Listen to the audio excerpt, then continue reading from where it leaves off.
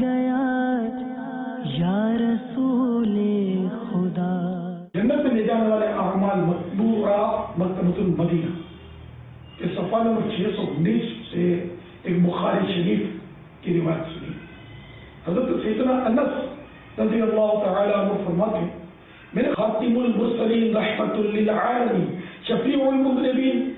انیس الغریبین سراج السالکین محبوب رب العالمین جناب صادق و امین صلی اللہ تعالی علیہ وآلہ وسلم کو فرماتے ہوئے سنا کہ اللہ عز و جل فرماتا ہے کہ جب میں اپنے بندے کو آنکھوں کے معاملے میں آزماؤں پھر وہ صبر کرے تو میں اس کی آنکھوں کے عوض یعنی آنکھوں کے بدلے اسے جنت عطا فرماؤں. ایک روایت میں ہے اللہ عز و جل فرماتا ہے جب میں اپنے بندے کی آنکھیں دنیا میں لے لوں تو جنت کے علاوہ کوئی چیز اس کا بدلہ نہ ہوگا. ایک اور حدیث پاک میں فرمان مصطفیٰ صلی اللہ تعالی علیہ وآلہ وسلم جب اللہ عز و جل کسی بندے کی آنکھیں لے لیتا ہے اور وہ بندہ اس پر صبر کرے اور اجر کی امید رکھے تو اللہ عز و جل اسے جنت میں داخل